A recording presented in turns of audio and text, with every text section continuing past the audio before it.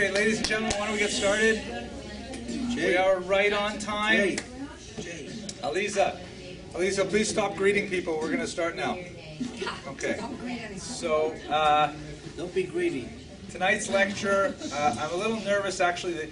The attendance was beginning to kind of fade off towards the summer, which, you know, that's the way it is in this part of the world. But I'm surprised there's a good number of you here tonight. I'm a little bit disappointed, not because I'm not happy to see all of you, especially a few of you I haven't seen in a while, but it's because tonight's lecture is very difficult for me. I've never given this lecture before, and I got in a little bit over my head. I'm leaving. Okay, Joe's leaving. But I'll start with a joke, and then I will try to explain why this lecture got me in a little bit over my head, and it's difficult material, but I hope we'll get through it. So this is a joke I heard many years ago, and I don't know why, but everyone I tell it to thinks it's funny. And I don't understand why it's funny, what makes it funny, but it's an enjoyable joke, I think. I enjoy it. It goes like this. There's an audition for a production of Hamlet in Manhattan, in the Upper West Side, one of the off-Broadway theaters. And you know, they're auditioning all kinds of people who come up and give their soliloquies and give their monologues and things like that. And they're trying to find just the right person to play the lead role of the Prince of Denmark. And so many people come up, and then finally, you know, the director and the assistant director are sitting there in the audience, and they say, well, I think we've heard enough now. Thank you very much. Everyone else who is here, you know, please go ahead. We're going to make our decision, and we'll let you know in the next week or so. And one little old man from the back row, and I can't imitate a Brooklyn accent, maybe you can do it for me, but, you know, he sticks his hand up. What do you mean, imitate a big one? So he sticks up his hand and he says, "No, what about me? I've been waiting all day for my turn. You're not even going to let me come up?" And he said, "Well, you know, we have heard quite a few actors present this material. We really don't need another one." And he says, "No, look, it's not menschlich. I've been waiting here for 6 hours for my turn." You know, so the assistant director says, "Why don't you let him go up? It'll be worth a laugh." So he gets up there, an elderly gentleman, a little bit stooped over, a long capote, right? And he's even like wringing his hands a little bit.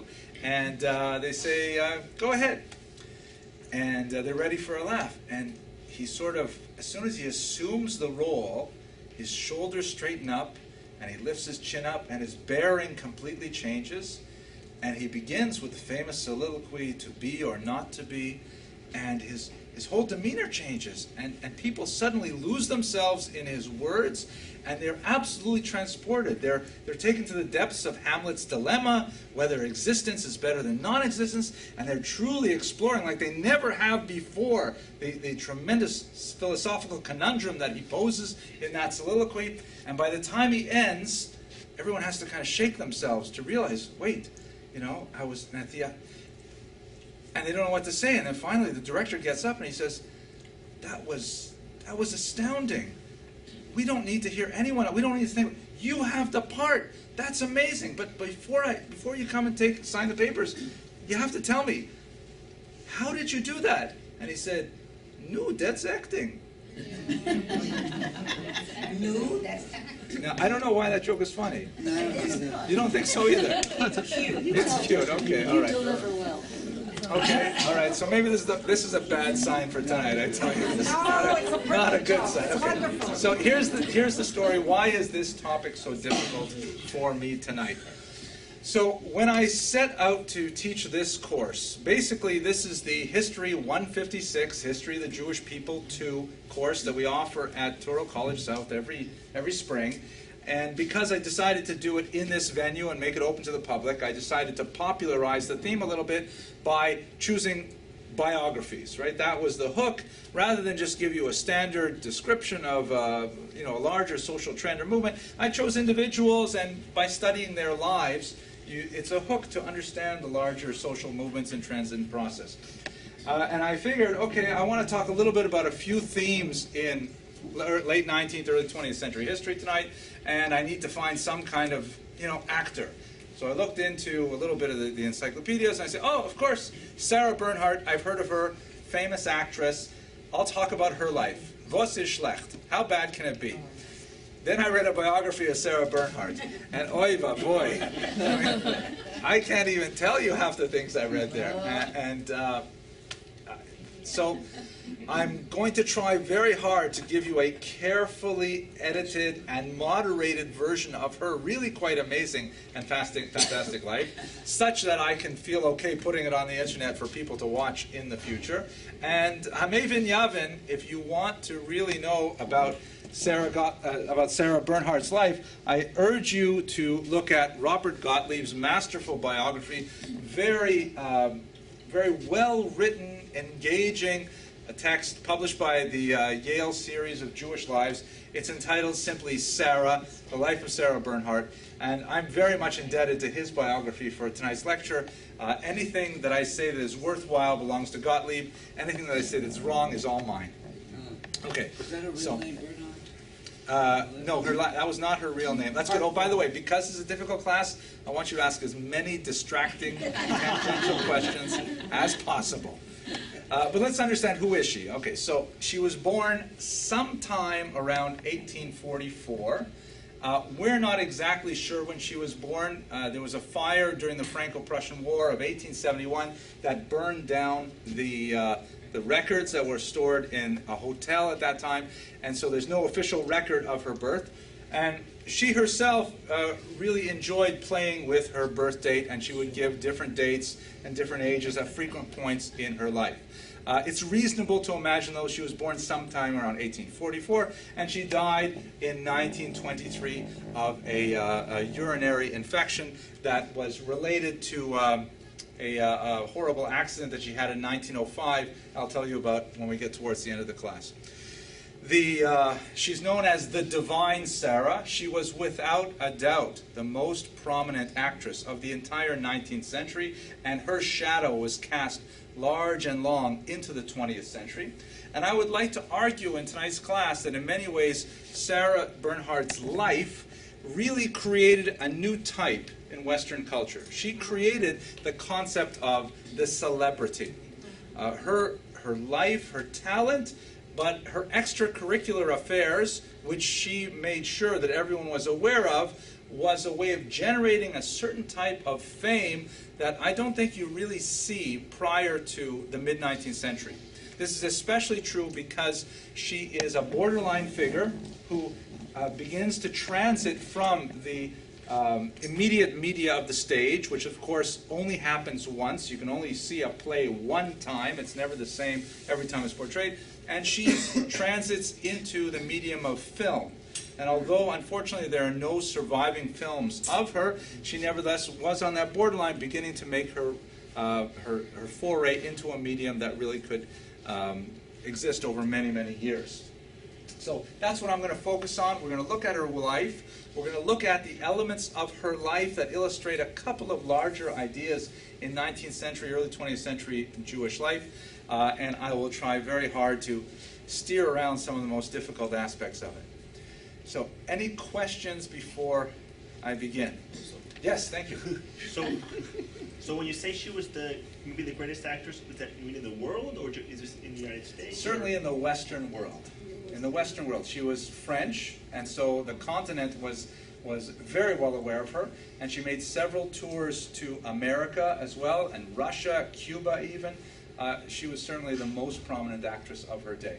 I can't speak for Asia. I imagine they must have some famous actresses there too, but certainly in the Western world, she was the most famous. Yes, thank you, Zohara. So you only took from one book, which is one commentary.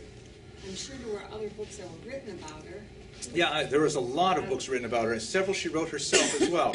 So I definitely cast widely and did a little bit of research in different places. Encyclopedia are very useful, but Gottlieb is my major source. It's the most up-to-date, published in 2010.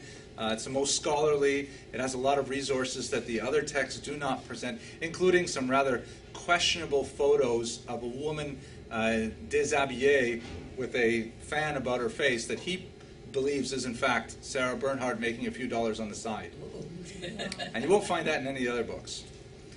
In fact, I'm not even sure I should have it in my house. But okay, let's go on. Yeah, I'm in trouble now. I really am in trouble. Okay. Well, one of the aspects that I want to discuss tonight in the context of of her life is the idea of Jews and the underworld. Now, this audience, I don't think, will be surprised when I tell you that there is always, historically, and particularly in the modern era, a criminal element in the Jewish population. I give this lecture to a group of female undergraduates at the college in the afternoon, and for them it's like an eye-opener. They say, what? Jewish criminals? Are you serious? But in fact, as you all know, we're a little bit more jaded. Jewish criminality is an unfortunate aspect of our modernization of the 18th century and onward. To a large degree, and we'll explore this a little bit later when I get to people like Marx and Freud, to a large degree, this is an expression of the emergence from being unemancipated. Right? Because at a time when Jews were actively considered, legally considered second-class citizens with diminished rights, diminished privileges, and so it was natural to view the outside state as fundamentally toxic, as antithetical to Jewish aims and goals and aspirations. And so criminal activity was a way for Jews to kind of even the odds, particularly in white-collar crime. With my students, I have to explain to them what white-collar crime is. So maybe we can have a volunteer. I do have a few students in the audience tonight. Is that a crime, Berlin? I don't want to, I'm not sure I want to go there. What is white-collar? Mr. Carlon. Like tax evasion. Tax evasion was the first one that the girls chose too, actually. Yes, but why do we call it white collar? Because you didn't kill anyone. Because no one got killed. Good. Good. Menachem? Well, other things like embezzlement and financial fraud, because you could do it wearing a suit and a white shirt and tie, Exactly. rather than dressing like you think of a hoodlum in a stocking cap and a pea coat or something. We had a like good that. laugh They're today about dressed up. the image of a Jewish mugger. You know, there's no such, it's hard to imagine a Jewish mugger, because that's just like a crime of petty violence that's really not associated typically. That's like a failure of a Jewish criminal, right? Your mother's saying, would you stop and graduate to something, go to college, learn how to commit a real crime. Yes. I think Mario Puzo summed it up succinctly when he said, a lawyer with a briefcase can steal more than a battalion of men with machine guns. That's fascinating, and I think that's exactly right. So when Jews go for crime, we tend to lean towards white-collar crime, embezzlement, tax evasion, and fraud, insider trading, things like that. We also engage in exploitative speculation from time to time. And again, it's a lot of fun. There's a lot of priests that did white-collar crime. Joe, I don't know if I can keep you with this guy. A lot of priests do white-collar. A lot of priests do white-collar crime. I don't know. Kohanim don't wear those things. But here's the thing. It is fun. I should tape that class and let you watch that class, because it's fun with 19-year-old, 20-year-old women learning these things for the first time. So I explain to them how speculation works, that you find things that are on sale cheap, and then you go and you sell them expensively. And they're looking like, saying, that's business, right? That's what you're supposed to do. And of course, we talked about price gouging and things like that. That's also an activity that's less desirable, that Jews historically have been involved in. Other things like smuggling, big-time smuggling. Again, these are all crimes which typically people don't get hurt. There's no violence involved in these crimes. There's no physical crime. They get hurt, financially, to be sure, but there's no one gets bludgeoned in it. Smuggling, of course, the huge Jewish industry during the Prohibition era, and when so many Jews were involved in bringing spirits down here into this country and so on. But less well known is Jewish involvement in prostitution, which was especially significant at the turn of the 20th century here in America. It is a crime that is associated very much with female powerlessness, because women coming to this country in particular is a very large number of Jewish prostitutes in Lower East Side, for example, because they're coming down to America. Sometimes they're abandoned by their husbands. Sometimes they come over here to try to find their husbands who abandoned them. And it's a world in which women have very little recourse to higher education, to higher paying jobs, and so on. Not like today when women get paid at least 75 cents on the dollar. Right? So, well, that was a kind of a... How do you explain that to your 19-year-old girl? Oh, I just say it straight up, and I say it's not fair, and that's the way it is, and that's why they are in college, and they are going to change the world. Let's hope Like so. my daughter Elisa is going to change the world, right? Right. Yeah, absolutely. You are going to change the world. Your daughters will not have to live through the things you lived through. But at any rate, returning to lahavdil, prostitution, Jews were involved in this crime as well. Again, it's a kind of a white-collar crime because no one gets, well, you know, I don't know what to say. I don't want to follow that argument. I'm going to edit that out. It's not nice, but it leads us specifically to our heroine, Sarah Bernhardt, whose mother was a courtesan. Her name, Julie, she was known popularly as Yule. She was from a lower middle-class Jewish background. I believe her parents, her father, that is Sarah's grandfather, was a pharmacist. But she turned to the life of the night. And as I explained to my students today, the courtesan is not a simple streetwalker. It's not someone who, you know, meets total strangers in the street and sells herself at a very low cost. A courtesan is kind of like a high-class service where she would entertain a certain number of male clients that would have specific appointments with her, and they would, you know, reimburse her for her services, typically with a monthly stipend that would support, you know, an apartment and clothing and food and all kinds of cost of living sort of things. So it was something at a considerably higher level than, what are we looking for? Someone's texting you? No, I think Emma's asking where. I hate when people text you in the middle of a class. I don't know where you put your bag. It's over here. It's over here. Okay, thank you. Sorry. The most fun thing is when we're driving, and she's just got her permit now, so I have to sit in the shotgun seat when she drives. And whenever her phone rings with a text, I like to answer it. I write back to her friends, "Never text me again. I hate you." You know, things like that. Because I know.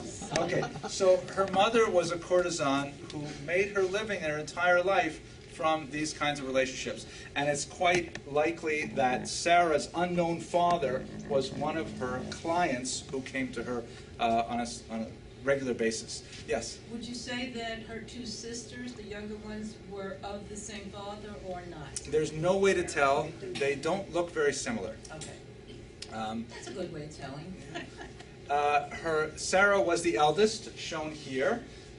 This middle sister, Jean, was the favored daughter by far. And Sarah's mother was not shy about sharing that with her daughters at all. She often wished that Sarah and the youngest daughter, Regine, would simply go away and she and Jean would live alone together. And in fact, that's precisely what she did with the two of them. Sarah was packed off to various homes. She ended up living with a governess, which was also paid for by one of her mother's clients, and then to a boarding school. And her youngest daughter, Regine, unfortunately they all went into, at one degree or another, the same line of work as their mother, but Regine had a very hard time of it. Contracted some venereal diseases and ultimately died, possibly related to a morphine overdose at the age of 23. She was Sarah's favorite, and Sarah was well known for protecting Regine from all kinds of abuses. There was one famous scene when Sarah was a junior actress, I believe it was in the Comédie Française, and one of the senior actresses said something insulting to Regine, and Sarah, in her typical way, slapped the older actress across the face and called her a stupid cow. And in French, I think it was une vache stupide, which has even a greater ring to it. That just added to Sarah's fame, and we'll talk about that in a second. Her childhood, though, was very unhappy. Her mother was constantly dumping her on distant relatives or a governess, which was one of the closest women she was ever to in her entire life. And she would come by every few months or so just for a very short visit, might only last a few days.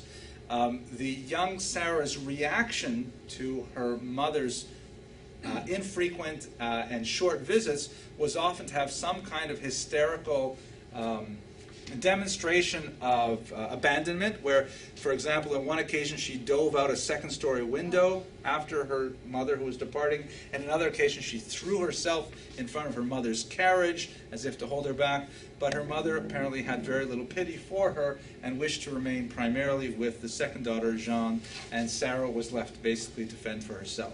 One might, engage in some armchair psychoanalysis to imagine what kind of effect this had on her as an adult. One might. Okay, so her education, at one point, and she was a troublesome child. She was very argumentative, a little bit like Trotsky that we talked about last week, prone to argue with teachers, prone to get physical with other kids, very unlikely to accept authority simply for the sake of its being authority. And so one of her mother's lovers suggested that they pack her off to a convent. Oh, and by the way, I should mention, of course, that everyone knew that Yule was Jewish, and of course Sarah was Jewish. They referred to themselves as, well, in the press later, Sarah was always referred to as the Jewess.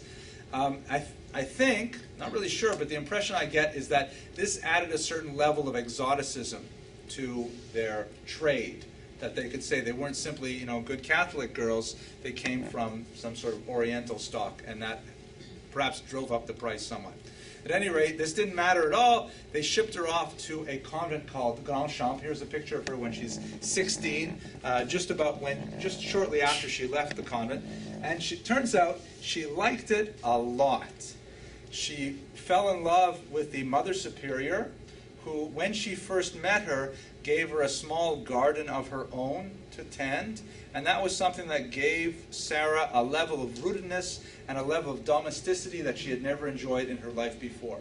And she determined that she would, in fact, become a nun herself. Which is a tremendous irony considering the trajectory of her later career. One must bear in mind, by the way, that convents then, and perhaps now I'm not really familiar with them, but convents were not necessarily places where young Catholic nuns were trained. They were boarding schools where upper middle class girls from all backgrounds could come and get an all-girls education, a finishing school, and so on. So she took it very seriously, and she intended to become a nun. However, she was taken later to Paris, where she was exposed for the first time to a theatrical production, and she was overwhelmed with it. She thought it was the most amazing thing she had ever encountered, and her plans to become a nun were rausgeworfen von der Fenster. She completely gave up on them, and she decided she wanted to become an actress. Again, one of her mother's loyal clients offered to pay the tuition and pulled a few strings to get her a place in La Comédie Française, which was the preeminent acting school in Paris at the time. Okay, questions or distractions, anything like that? Yes, Mr. Kalon. You said that the mother had a really bad, relationship with Sarah. So, you see, she's still helping her out because this is money that she could take to her pocket. The mother could take to her pocket instead of paying for her tuition. So she didn't really leave her on the street. She's paying for her tuition. She's paying for everything. That's very charitable, and you see what kind of a fine person you are, Mr. Kalon, to view this with some level of charity. But if I treated my kids with half that degree of neglect, I couldn't live with myself. No, she definitely neglected her, but she didn't throw her. No, she didn't. She didn't grow up in the streets. She grew up. She went to a private school. All those kind of things. Yes, Mr. Lax. Before Paris, where did this take place? This was in a suburb of Paris. I'm not sure what the name of it was, but it was I imagine about 25, 30 miles outside of Paris. She was a young girl spending all her time in the convent there. Okay. Yes, Zohar. Could have been much worse. Yes, could have been worse. I mean, and the women in those days didn't have a support system like what we have now. Yes, her mother's support system was quite extensive. Right, well, okay, she tried to do the best she could do She was a good mother. for not having any security at all, and she didn't, you don't know about the grandparents, where they could have been wiped out in wars. There were lots of aunts that were involved at one point or another, but maybe I'm being less charitable because if you read the kinds of things she said to Sarah, and making it very clear that Sarah was some kind of mistake that she regretted, and this went on all of Sarah's life, no matter what kind of level of success she achieved. She would like have a big theatrical performance, her mother would show up late and leave in the middle of the first act, and Sarah would be like terrified, was it so bad? And she would, it was a constant refrain for her. She's got, I guess, what they call mommy issues. But her mother never had a support system either. Therefore, how could she give her daughter? That sometimes happens. It could be. I can't say anything else. I'm going to go back to the lecture, though, because I'm not sure how to... I didn't read enough on it. So her career in her early stages was not auspicious. She didn't get leading roles right away, of course, and her performances were considered mixed by her reviewers. And let's also bear in mind that the period we're talking about now, which is the 1870s, there's no other media for entertainment besides the stage. There's no radio, there's no television, there's no movies, and so the life of the theater was really the major venue of entertainment for urban dwellers of Europe at the time. And the shows that we put on, sometimes 2-3 matinees a day and 1 or 2 evening shows, this would be mass entertainment for at least the middle brow class and up. So it was central to the life of the Parisian art world at the time. During this time, she wasn't making a lot of money, so she was able to add to her income through plying the trade that her mother had pioneered for her, and she had several associates who were willing to support her in her endeavors, paying her expenses and so on. And it was at this time that she bore a child, her only child, a son named Maurice, who was born when she was 20 years old. And just to look ahead a little bit to what kind of character she was fascinating.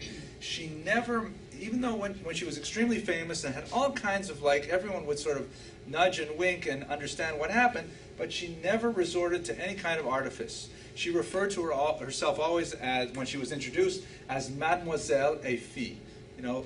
Mademoiselle, of course, like señorita, means unmarried younger woman, and this is my son. And she was perfect. She never tried to say madame. And no one would have looked twice if she said madame et fille, that would be fine. But she said, no, mademoiselle, I've never been married. And by the way, this is my son. So here she is with her son Maurice, who depended on her all his life. Interesting that she named him for her grandfather. That I didn't know. Named for her grandfather? Moritz, yeah. Oh, Moritz? Look at, now I'm in trouble. You look no Wikipedia during my class. That will get me in so much trouble if you Wikipedia facts. Uh-oh. I should confiscate all cell phones before you start. Okay, so far we're telling the story of a inconsequential actor with a somewhat shady nightlife and a troubled childhood. Things changed dramatically for her during the Franco-Prussian War. And it turned out that Sarah Bernhardt earned a tremendous and deserved reputation as a staunch French patriot. She convinced the owner of the theater, I believe it was the Odeon at that point that she was signed to which was closed because of the hostilities. She convinced him to open it up for wounded soldiers. He agreed, and she had posters made up, plastered them all over town with her name on it, saying that any wounded soldiers or even civilians, because Paris itself was bombed during that war, shelled during that war, they could come for treatment at the Odeon Theater. And it was well used, unfortunately, and she was personally attending to the wounded and going around town, collecting supplies, cajoling people to, give over supplies to feed the wounded and so on. And she got a reputation really as a social worker of types in a very patriotic sense. Yes, Menachem? I believe she actually commissioned an ambulance service, if I remember correctly. I'm in so much trouble. Oh my gosh. No, Yes, he did. Yes. When Gottlieb's book came out, he was on NPR. You can probably stream the NPR episode right now. We'll hold it up to the microphone. But, no, you're right. She also was very much involved in creating an early ambulance service. Obviously, it was horse-drawn and so on, but yeah. So she gained a tremendous amount of reputation for all of this activity. When the war was ultimately over, she emerged as one of the local heroines of the movement. So you tie her French patriotism with her acting career and her talent, and that's when her career really begins to take off. to tell you a little bit about her, her acting style, her voice was called silvery, which was actually not a compliment. It was considered a little bit weak in the early years and had a treble to it that was not appreciated, but she had tremendous depths of emotion in her expression. Her diction was excellent, and one of the things that she broke away from was that the acting styles of the day were extremely rigid and formulaic.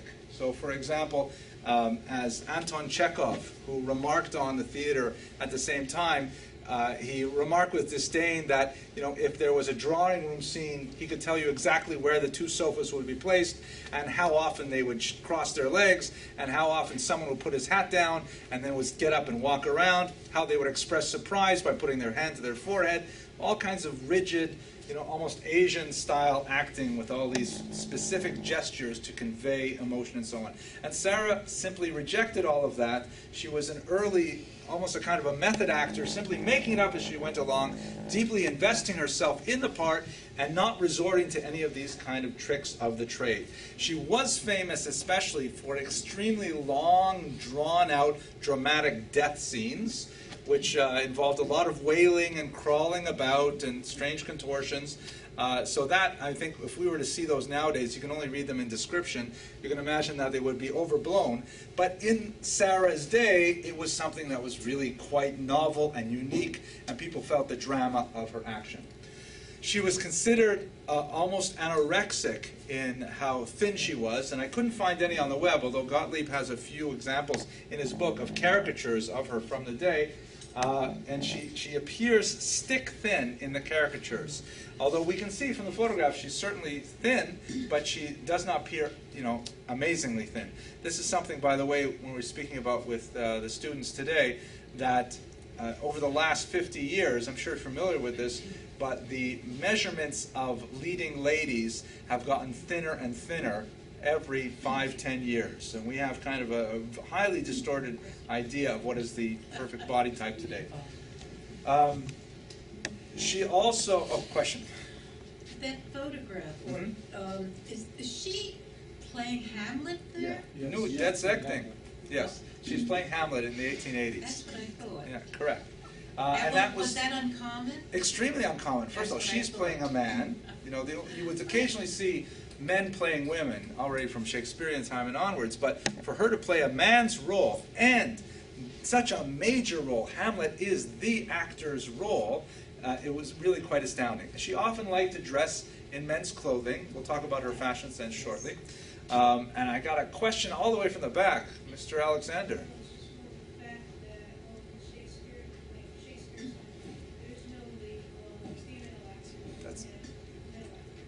Brilliant.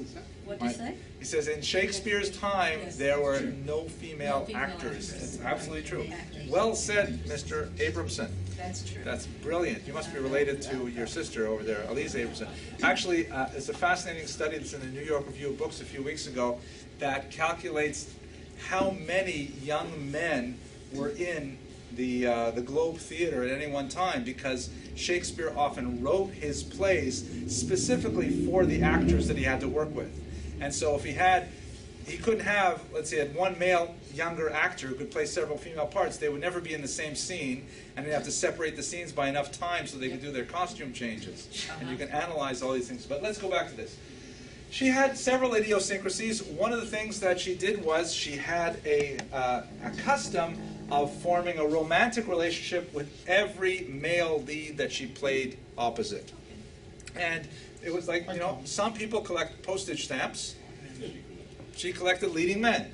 And this even included, we're talking about dozens of productions that she was involved in. It included even fathers and sons, sometimes if you had a multi-generation, family in acting. And this was just something about her. And I could give you a lot more salacious details, but I know I'm going to put this on the web, so you'll have to read Gottlieb's book for some of the gory details. But of all her idiosyncrasies, perhaps the most well-known is her coffin, which she used to carry around with her whenever she went on tour, and she would sleep in a coffin at night.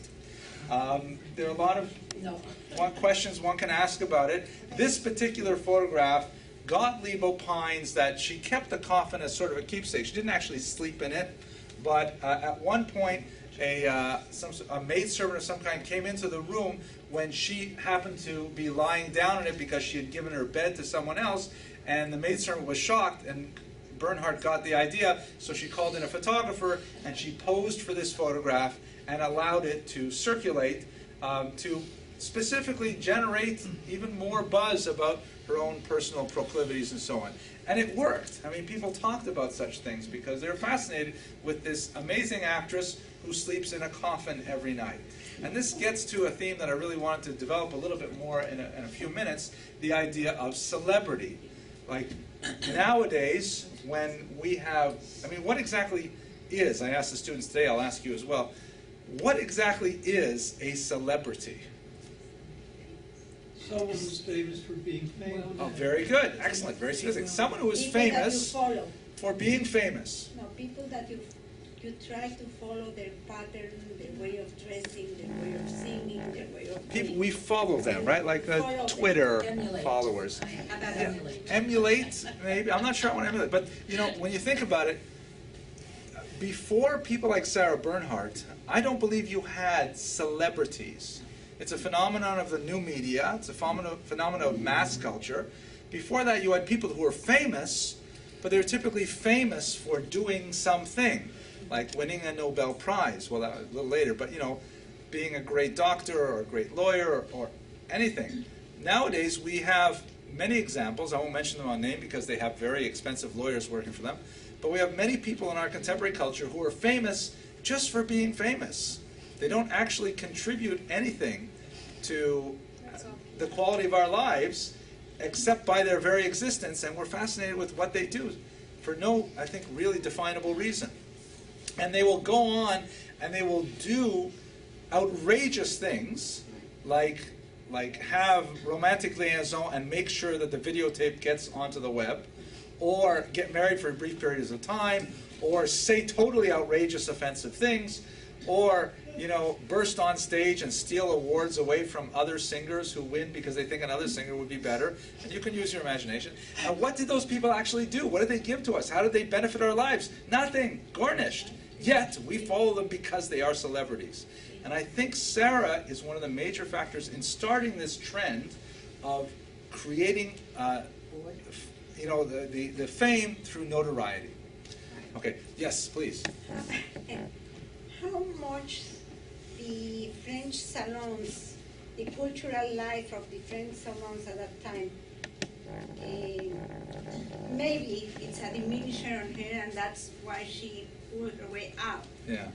So, but I think that the salons of culture, of reading, of make her what she became. I think that's not in a direct way, not belonging to a salon, but yes. The influence. Well, it could be. I don't recall ever reading anything about her participation in a salon. Like you remember the lecture on Rachel Varnhagen, we talked about the role of the salons. I'm sure, however, she was the topic of discussion at hundreds, thousands of salons.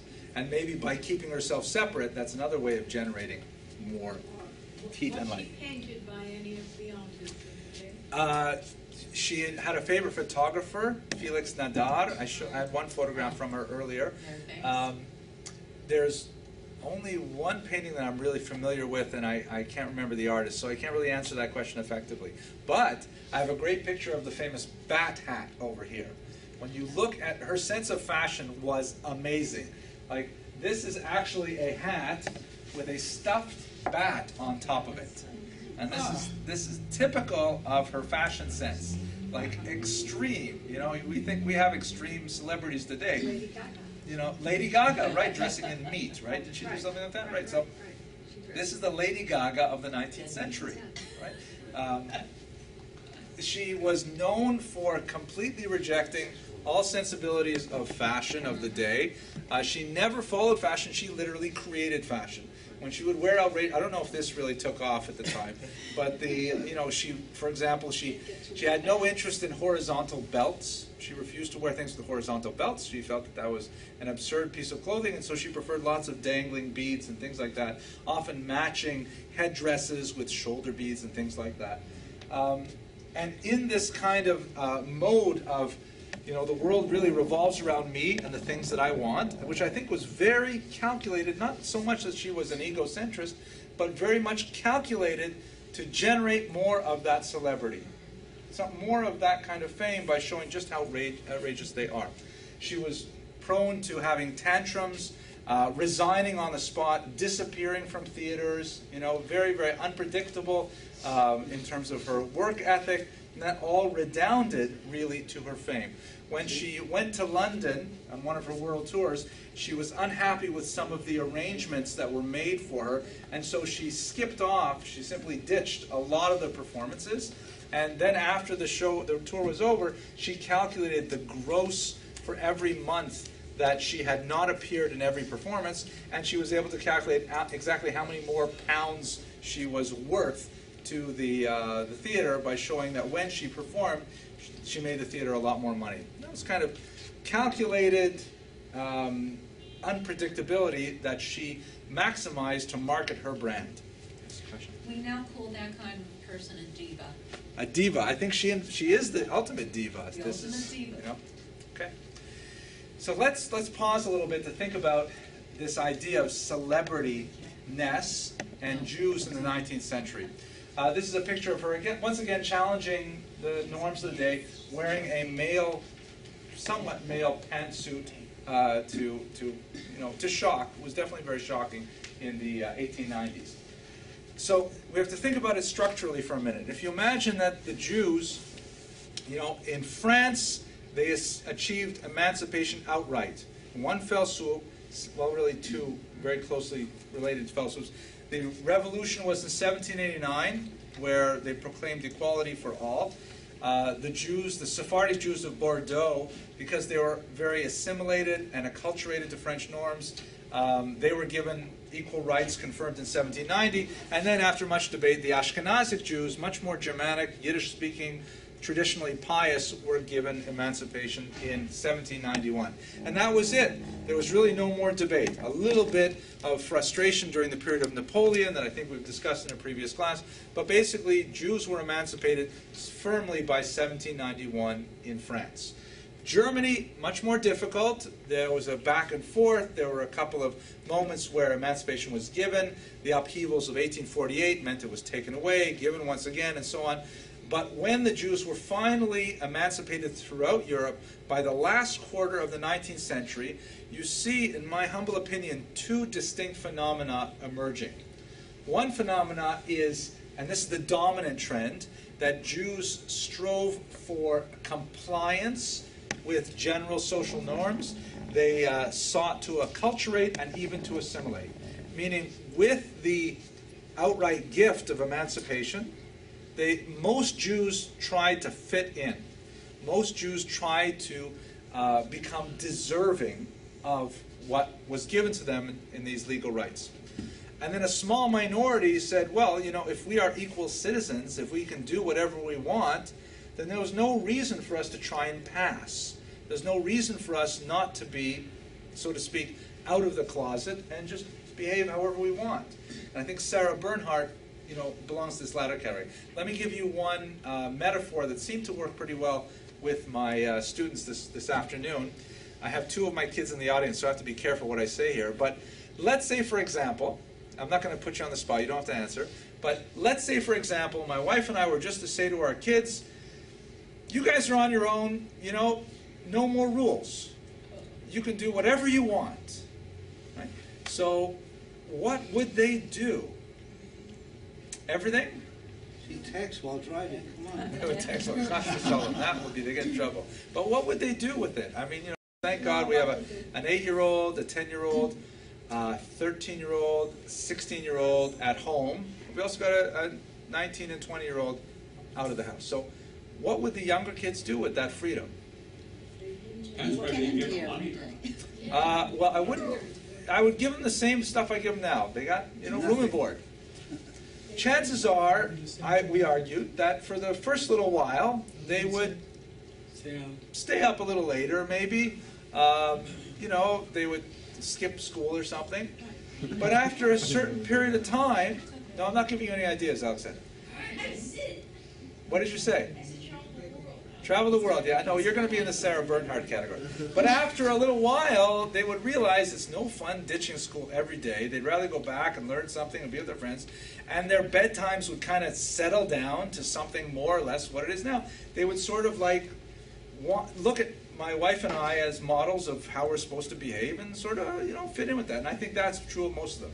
But there are a couple of them, Alexander is certainly one of them, who might be in this rebellion would say, okay, Dad, I can do anything I want. I'm taking the car keys, okay? The little Mazda 2-seater, that's what I'm leaving.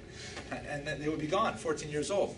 So I think that's what happened to the Jews in the 19th century, late 19th century, when they realized that emancipation is real. Most Jews strove to kind of fit in and not stand out, but a small minority took advantage, much more so than the non-Jews, and said, well, I'm going to push the envelope, and I'm going to try the most extreme things. Okay, I've got Joe, and then a couple of questions. Is there any evidence or any history that she associated with anything about being Jewish herself? She was never ashamed of her Jewish background. She referred to herself as the Jewess, but she called herself a Catholic. She also called herself an atheist, but she insisted on Catholic last rites. Oh, really? And she got buried as a Catholic? Yeah. That's not very unusual. I don't think she took it seriously one way or the other. Yeah. Sorry. I think, if I understand you correctly, you're saying that most of the Jews after emancipation kept their old ways and only a minority rebelled. Maybe I should refine that. That's true.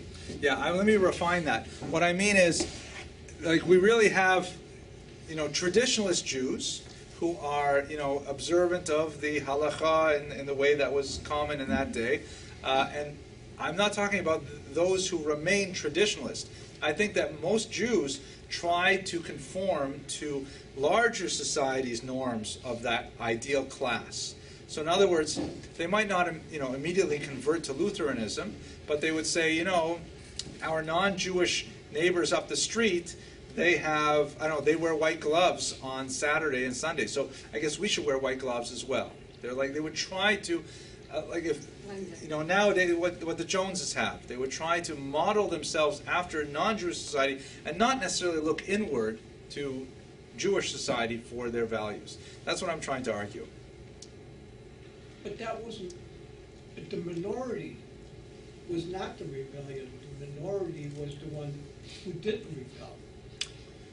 I'm not sure. I think you have the development of a liberal bourgeoisie in the Jewish world that is really the majority trend. I don't have data to prove this. It's just my accumulated anecdotal sense. When you say rebellion, are you talking about rebelling against traditional Judaism? No, that for sure, everybody's rebelling. Okay. But there's like a quiet rebellion where they're just ignoring it. Okay, I didn't understand you. I thought you were saying that, most stayed religious and the very few left. No, that's definitely not true. They're leaving. Just that some of them are leaving faster than others. I don't think I expressed that very well at all. But I'll keep it in the tape anyway so you get the historical reality. What's going on with her son? Her son is basically following her around. He tries various careers, not with too much success, and he ends up basically financially dependent on him all her life. So he's hanging around. He's always in the wings with her. Okay. Now, I want to sort of summarize up her life in one way with her personal motto, as Gottlieb puts it. The phrase "quand même," which is difficult to translate well into English. It literally translates, "quand" means like when, and "même" means same. So when the same. And if I were to translate this in my children's lexicon, it would probably be the word whatever. Whatever. Yeah, in that tone, right? Whatever. Quand même means like, nevertheless, I don't care, it's all the same, I'll do what I want, it's all that kind of emotion wrapped into one. It's like tant pis is a similar kind of phrase that she used often. That quand même is the way she lived her life, that she was completely She had no regard for societal convention and no regard for what people thought of her. She did exactly what she wanted through her life and lived, in that sense, a very actualized life where she followed her own distinct path. She would often revise her own autobiography to conform to whatever particular model of her self-image pertained at the time. She never married except for later in her life, when she became infatuated with a Greek actor who really didn't care for her very much. And she forced him into marriage for reasons that are not clear, but she just developed a kind of a shigayon for this particular individual. And they had a very unhappy marriage where he cheated on her regularly and was very vocal and open about it. Maybe that's part of the whole celebrity building image, I don't know. But in the result, he died of a premature death. I think he was about 36 years old, of a morphine overdose as well. Morphine was obviously a very popular drug in those days. Here's a picture. I believe this is one of her death scenes, and you can see the contortion and the tremendous emotion conveyed in these kinds of postures. In she continued to play the stage to the very end of her life, well into her 70s, including a long period of time after 1905, when she fell and had a terrible accident injuring her leg. The leg became gangrenous and had to be amputated, but she continued to perform, first with a prosthetic limb, which she hated, and then later simply without the prosthetic limb at all. And people who saw her perform were actually amazed to hear that she was not even wearing the prosthesis, that she somehow managed to move around adequately and relied on her other talents as an actress and as a singer to carry across the roles. She ended her life with many tours into the States and throughout Europe, and her fame was certainly undiminished even in her old age when she was making the transition into the new film medium. So, I think this is the penultimate slide. Yes, the penultimate slide, which is important for us. And I just want to remark on one more idea. This is a thesis that was pioneered by a sociologist named Thomas Cudahy in a work called The Ordeal of Civility, if I remember correctly. And the question is, why is it... Oh, Marty's here. Okay. The question is, why is it that so many Jews during this time achieved such amazing levels of fame in their respective fields? Why is it that you have, through most of Jewish history, you have lots of Jews who contribute very actively and deeply to internal Jewish culture? Saadia Gaon, Rashi, you can go on and on. We can find hundreds of Jews who contribute to Jewish culture. And you find only a very, very small minority of Jews who contribute to Jewish culture and non-Jewish culture, like Shmuel HaNagid, the Rambam. We talked about several of them in the first term. But in the 19th century, you have this new phenomenon of Jews who abandon their traditional Jewish identity and make incredible contributions, centuries-lasting contributions to outside society. People like Freud, Marx, Einstein, Levi-Strauss, we can go on and on with dozens of people who, it's like they're aliens from another planet who are dropped into European society and make contributions far beyond their numbers. So why is this so? What creates this pattern? So Cudahy argued that it had a lot to do with the political dynamics of emancipation specifically. And he argues that in Germany in particular, for the 19th century, as Jews are always struggling and not succeeding to get emancipation, they're always like on the outside of society looking in. They're almost accepted, but not quite. If you want, it's kind of like if you're at a cocktail party and there's a group of people there that you'd like to be friendly with, but you don't really have an entree to the group, so you sort of stand on the outside and you're not quite included, but you're listening to their conversation. So because you have this feeling of being without, you are not invested in their conversation, you are a much more detached observer, and you are therefore able to actually make a much more well-balanced assessment of what it is they're actually saying. You could be a social critic of that conversation. So Cudahy argued that people like Freud, Marx, and so on, because they are held out, or even if they only imagined that they were withheld from the benefits of membership in European society, they were able to be much more acute observers of what that society meant. And this, ironically, this energy of trying to escape Judaism and trying to get into a society that they're not quite, admitted to, creates that kind of dynamic tension that ultimately results in phenomenal creative products. It's kind of like, if you can imagine that you've got a spring, if you imagine Jewish culture, it's kind of like a spring-loaded jack-in-the-box, and they're just waiting and waiting to be released, and finally when someone opens the top, the spring jumps out, and the trajectory of that spring represents their contribution to outside society, but it also means that they're leaving the box at the same time. It's very rare to have someone stay in the box and still make that representation to the outside world. So in conclusion, I'm really grateful that we're at the end of this class, because it's a hard one for me. Next week's going to be a little bit easier. We're going back to talk about Sarah Schninnerer, which is a totally different topic, and we'll be speaking much more about women and education in the Jewish world in particular. But when we reflect on the life of Sarah Bernhardt, we see the creation, I would like to argue, of a brand new type, the celebrity that we, of course, are inundated with today in the 21st century, and a lot of it is owing to the unique life and times of Sarah Bernhardt, the Divine Sarah. Thank you for your attention and indulgence.